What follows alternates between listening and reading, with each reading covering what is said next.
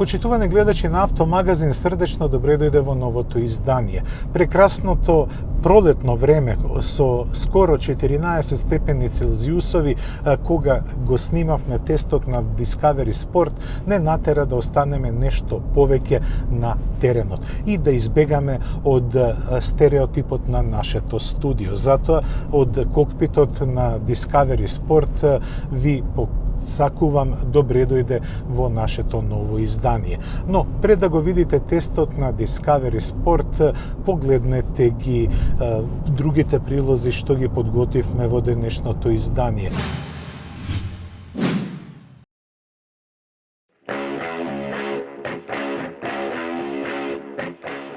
Со пригодна пресконференција, застапникот за Peugeot за Македонија и регионов Euroimpex од Скопје и официјално го означи почетокот на продажбата на новиот 208. Сегментот Б, во кого се надпреварува малиот лав, е еден од најконкурентните во светот и кај нас. Со смелиот дизајн, високата технологија и возните својства препознатливи за Peugeot, несомнено е дека новата 208 ќе биде во фокусот на интересот и на нашиот пазар. Ценовно таа се движи од 13 до 21.000 евра, цена резервирана за најбогатата верзија во која се опфатени тридимензионалниот i-кокпит, најсилниот мотор, 8-степен автоматски менувач и сончев покрив. Нашите впечатоци за 208-ката ви ги пренесовме пред неколку месеци, а со нетрпение очекуваме под лупа на домашен терен.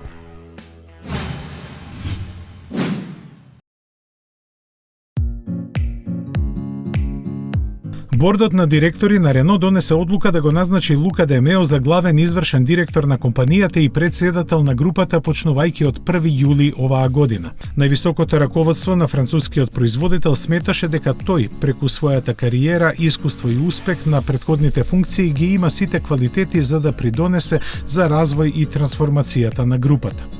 Роден во Милано 1967 година, Лука Де Мео има дипломирано бизнис администрација. Ја започна својата кариера токму во Рено пред да се приклучи прво на Toyota, а потоа и на Fiat. Од 2009 година беше во Volkswagen групата, каде обавуваше повеќе функции, меѓу кои и председател на SEAT.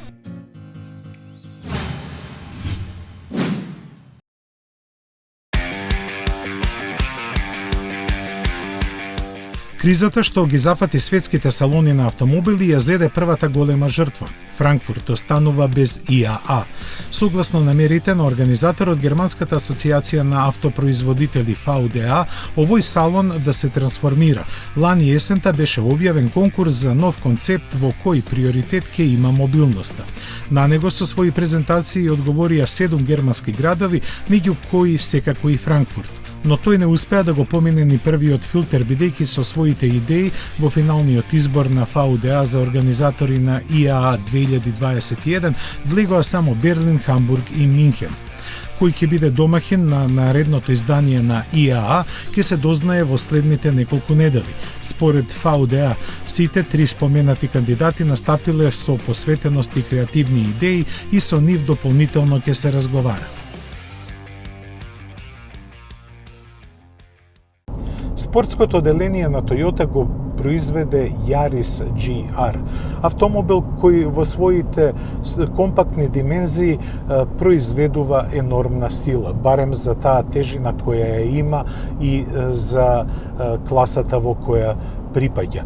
Затоа тој е способен да достигне 230 км на час, а пред да ги видите способностите и карактеристиките на малата бомба од Јапонија, ве поканувам да видите што ни доаѓа од другиот крај на светот, односно од Шведска, каде Koenigsegg се подготвува да го лансира автомобилот кој е способен со мотор на внатрешно согорување да постигне брзина од 500 км на час.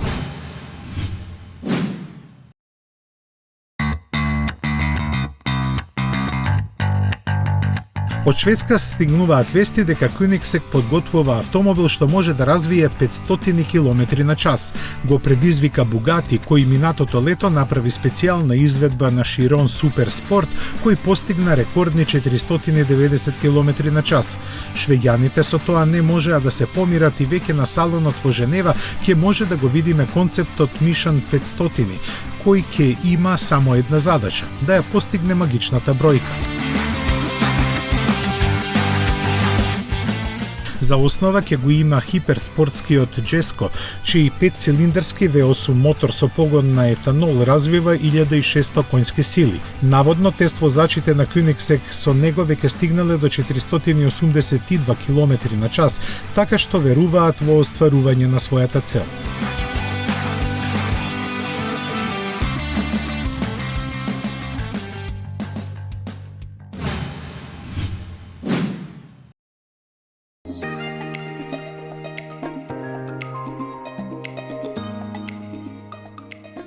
Поддржувајќи ги успешните лански резултати, перформансното оделение на Toyota Gazoo Racing годинава ја започна со два новитета.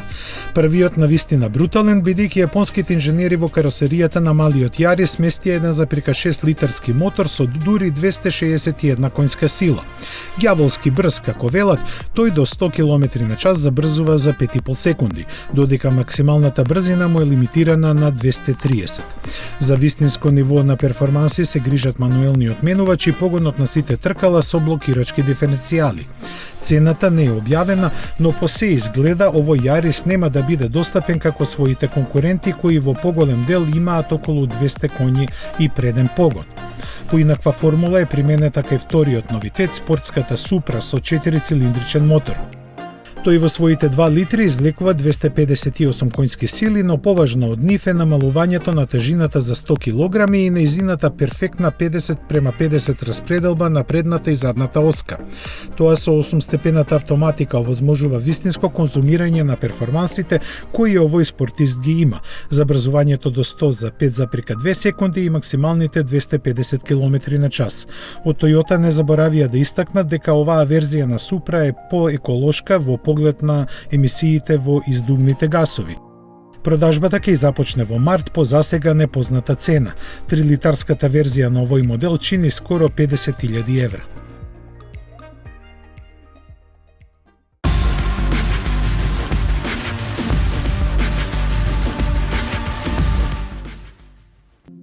Quiz, query, try, spy, take cover. Go for a swim, go on a whim, go outside in, and inside out. Look once, look twice. Follow a compass, not a clock. Never stop discovering.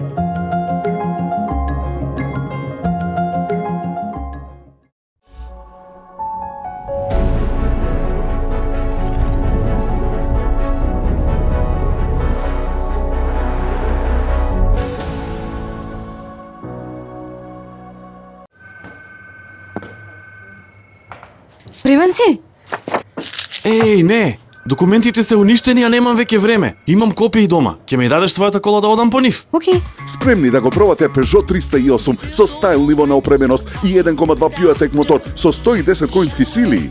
Сега во понуда за 15.990 евра.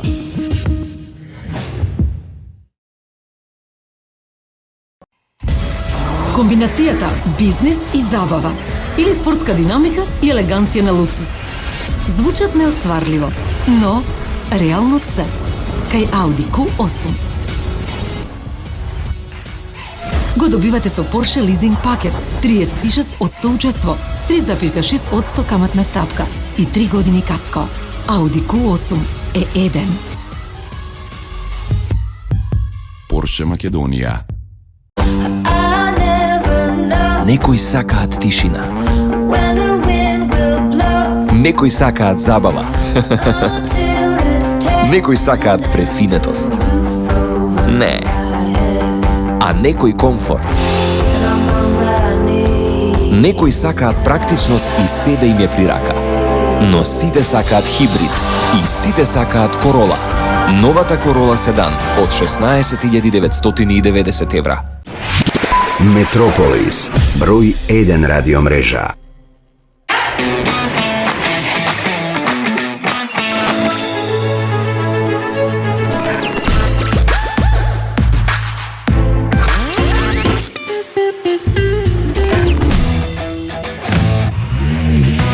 Едноставно до нов автомобил со Шпарка се лизинг.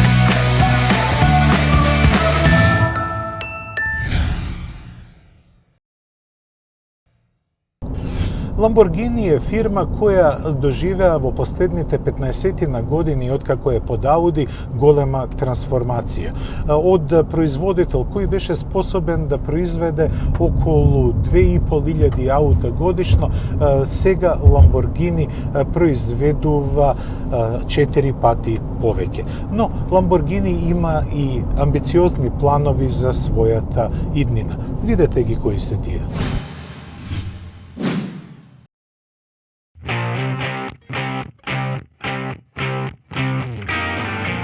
Многу добри и една лоша вест пристигнаа од Lamborghini. Добрите се дека марката годинава ќе представи повеќе новитети, од кои првиот веќе е познат. Станува збор за Huracan Evo во верзија со погон само на задните тркала, што е вистинска формула за постигнување максимум задоволство во возењето. Ќе биде опремен со 5,2 литарски атмосферски V10 мотор со 610 конски сили, со кој ќе забрзува до 100 на час за 3,3 секунди и ќе постигнува максимални 326 км на час. Во прилог на перформансите оди и тежината од само 1390 кг, како и новиот Traction Control систем развиен и калибриран специјално за него. Цената ќе му изнесува 160.000 евра без давачки и ќе биде значително помала од другите новитети на марката, а тие скоро без исклучок сите се хибридни. Кои се тие засега не се открива, но е јасно дека меѓу нив ќе бидат тркачкиот Ursus STX и неговата патна плагин изведба. Токму тој треба да ги најави плановите за електрификацијата на гамата со која ќе бидат опфатени сите модели, вклучувајќи ги и најатрактивните. Со други зборови, треба да ги очекуваме хибридните Huracan и Aventador, како и специјалните нивни изведби, како што се Sian. Покажен во Франкфурт минатата есен, тој со своите 819 коњи важи за најмоќен Lamborghini направен било кога. Производството му е ограничено на само 63 возила по цена од 3,3 милиони евра секој. Лошата вест од Сант'Агата Болонјезе е дека пошироката публика ќе остане ускратена да ги види сите овие новитети, бидејќи Lamborghini го откажа своето учество на салонот во Женева, додека за Париз ништо не се знае. Ваквиот потек малку зачудува, бидејќи марката лани забележа рекордна продажба поголема дури за 43% во однос на 2018-та.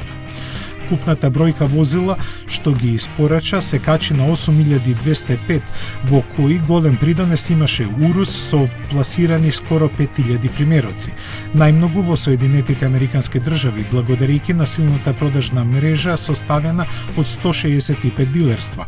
Во моментов возилата на Lamborghini се продаваат во 51 земја, а матичната Италија според волуменот е ниско 8 место со едва и 370 продадени примероци.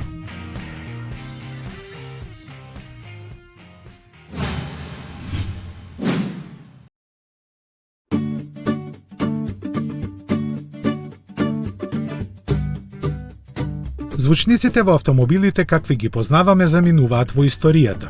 Таму ќе ги испратат Continental и Sennheiser кои представија аудио систем без нив. Имено познато е дека звукот се создава со вибрации кои не мора нужно да бидат од мембрани со големи магнети. Место нив, овие две компании решија да ги искористат постоечките делови во автомобилите како резонантни површини, слично како кај виолината. Целиот систем работи со помош на софтвер, кој со својот алгоритам го претвора класичниот двоканален аудио сигнал во звук со потребен квалитет за слушање.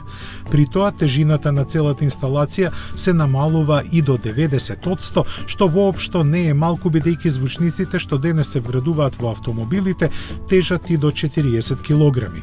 Предвидено е сериското производство на овој уред да стартува за 2 години.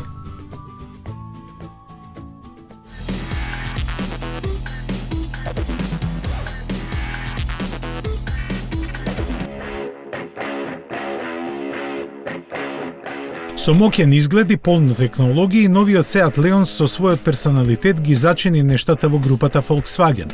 Предниот дел со вертикалната маска со нов дизајн, кој кон крилата визуелно е растегнат со тенките светла, е уникатен не само во класата, туку и во гамата на Seat. Спортските отвори за воздух во браникот со изложените светла за магла го дополнуваат впечатокот дека Leon е направен да се додвори и на постојаните и на новите купувачи. Динамичниот стајлинг продолжува низ мускулестата силуета на задниот дел, на кој погледот го приковуваат светлата со црвена LED лента развлечена по целата широчина. Приказната во внатрешноста повеќе или помалку е очекувана, со мала забелешка дека дигиталната инструмент табла би можела да биде поголема. Управувачот е спортски засечен од оздола, а трендот на изфрлање на копчињата поддржан со мултифункционален централен дисплеј со кој се контролира скоро се во возилото. А тоа според димензиите порасна во однос на претходникот. Должината е зголемена за 86, а меѓускиното расстојание за 50 мм на задоволство на патниците на задните седишта.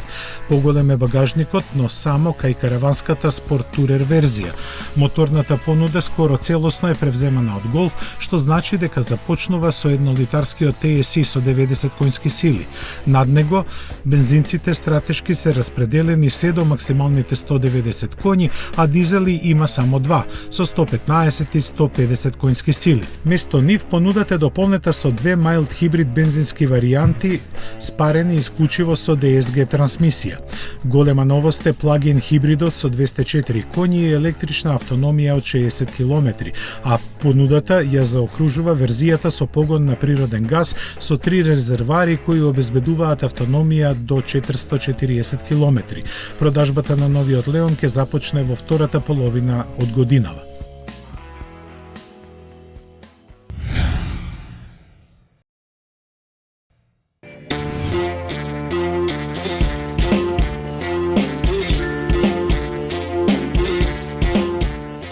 Конечно и Fiat тргна во електрификација на гамата и ги представи Panda и 500 со хибриден погон.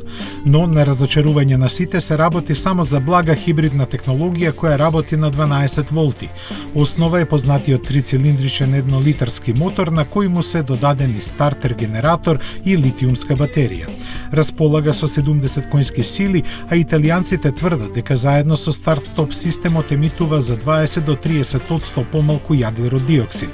Испораките ќе започнат веќе наредните месеци по цени кои нема да бидат многу поголеми. Појавувањето на овие модели сепак има големо символично значење, бидејќи со нив се најавува новата пресвртница во историјата на марката.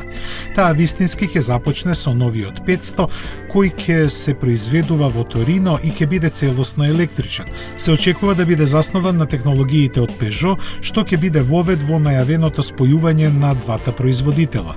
Во меѓувреме, електрифицираната гама ќе биде проширена и со плагин хибридни изведби на некои модели со погонски систем од Jeep Renegade, кој се произведува во Италија. Овие активности на Fiat Chrysler треба да ја поправат финансиската слика на компанијата во Европа, која лани забележа пад на продажбата за 7,3%.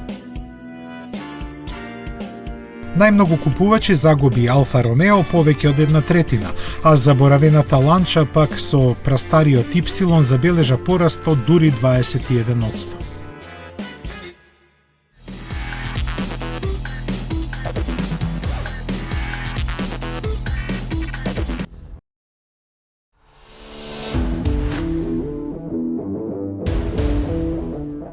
Како што најавивме, денеска го возиме новиот Land Rover Discovery Sport. Прекрасен зимски ден и прекрасно возило со кое ќе поминеме повеќе километри за да видиме што е ново кај Discovery Sport. На прв поглед не е ништо. Ако подобро се погледне од блиску, изгледот на Discovery е ист. Но ако се обрати поголемо внимание, тогаш може да уочиме нови светлосни групи кои се направени со LED технологија, сега не може да ги регистрирате поради сонцето, нове браникот како и маската на ладилникот. Но од Land Rover велат дека вистинската вредност на новиот Discovery е под каросеријата. Велам нов Discovery, не е рестайлинг, бидејќи првата генерација излезе пред 5 години и тогаш ја возевме на Исланд. Но сега има преку 3.500 преработени позиции кои укажуваат на потполно нова генерација, поставене на основа на Evoque, Range Rover Evoque, но има одредени преработки за да се одговори на техничките потреби на Discovery Sport.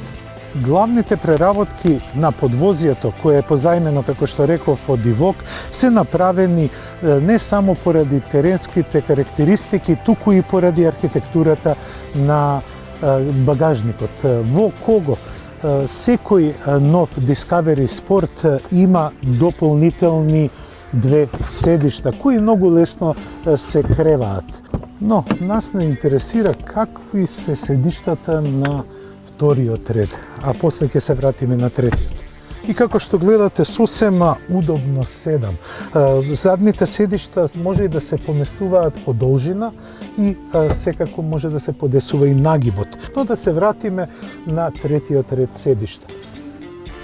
До нив се доаѓа со спуштање на наслонот и со тргање на седалките. И ве гледате колку малце простор има за влегување внатре. За да влезе возрасен човек и да седне на нив, тогаш би му требале сериозни вештини од гимнастиката или добро познавање на јогата. Кога ќе се сместите на возачкото седиште, се ви станува јасно. Обкружени сте со благородни материјали и квалитетни материјали, а технолошките решенија во внатрешноста се интересни. Вака, на прв поглед, повеќе мислите дека се наоѓате во Range Rover отколку во Land Rover.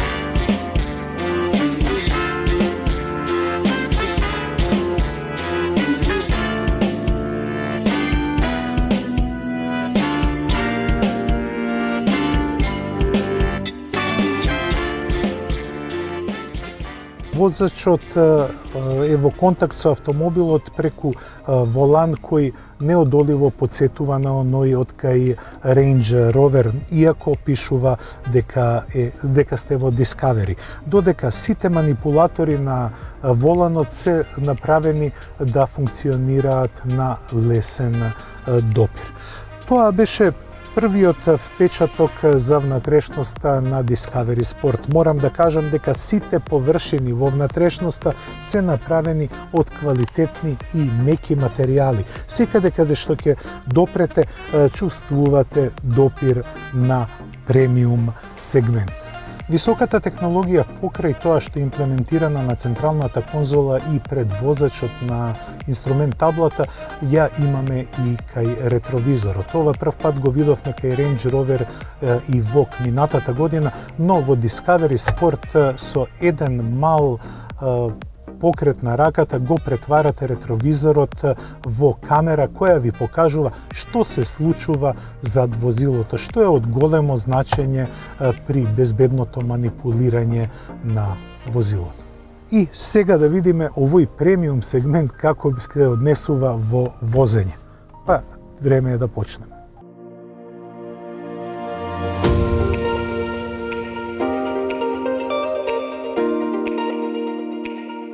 Кога сте за доправувачот на Discovery Sport се чувствувате надмено, бидејќи високото седење, прекрасните материјали во внатрешноста и многу добрата звучна изолација ве прават да имате едно посебно чувство додека го управувате Discovery Sport. Мојот впечаток е дека во секое време ве надгледува високата технологија и затоа се чувствувам многу опуштен. Покрај големиот простор кој се наоѓа околу мене, можем да се пофалам и на ергономијата. А кога сме веќе кај високата технологија, тогаш морам да наговестам дека таа е секаде околу вас и ви служи да се чувствувате навистина добро. Но ова возило има многу таленти. не само да се вози по асфалт, туку и на пат со свиоци и се разбира во име на неговиот бренд Land Rover, тој мора да има и добри офроуд карактеристики. Мене ме интересира како ќе се однесува Discovery Sport на кривулест пат, бидејќи на рамен пат е вистинско уживање да се вози во него, како да се возите во вистинска лимузина. И веднаш се забележува дека во свиоците тој се навалува малку повеќе отколку што очекував. Ја нема онаа цврстина и крутост како што би требало да биде. Се извинувам, морав да закочам бидејќи на тест возилото имаме летни пневматици, а видовте имавме малку снег на патот во Осојница, така да не ќе да ризикувам.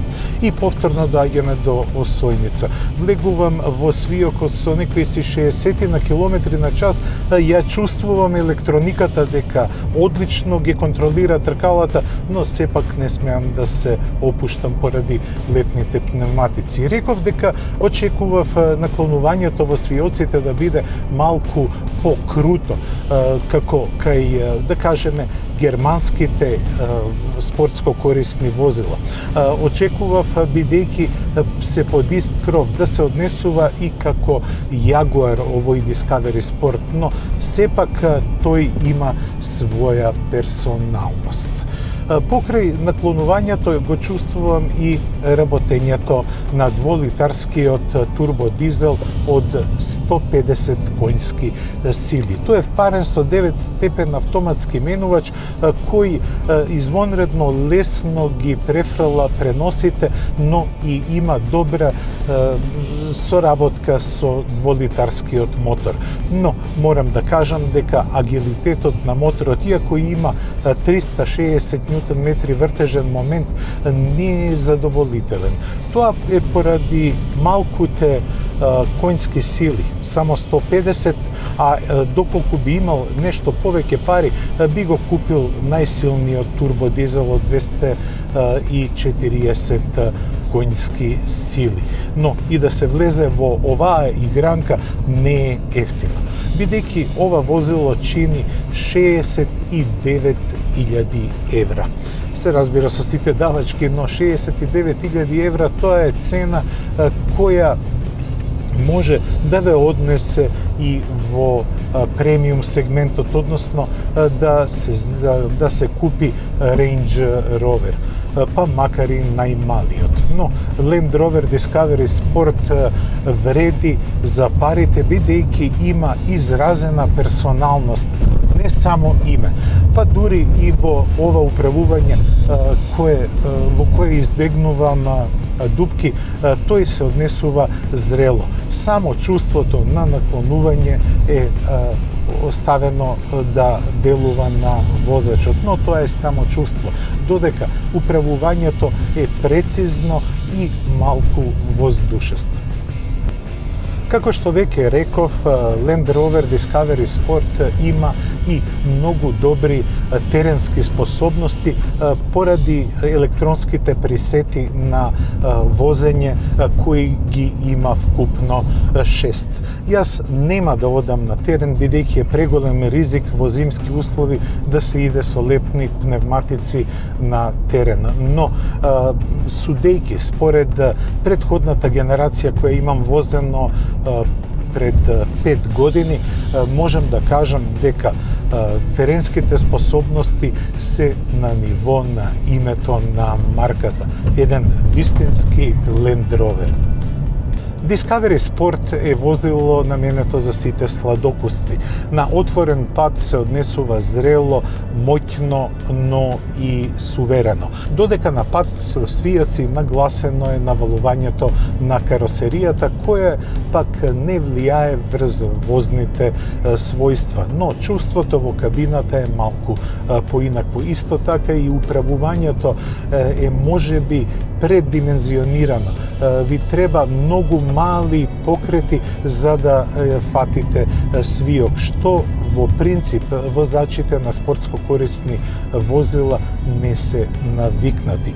Исто така се чувствува дека е возило за сите намени и може секој да го вози. Многу лесно се привикнувате и на ергономијата, но и на возните својства. Економичноста не му е силна страна. Ние забележавме просечна потрошувачка од 10,4 литри на изминати 100 километри. Тоа беше се што подготвивме за денешното издание на Автомагазин. Ви благодарам на вниманието и се гледаме за 7 дена. До гледање.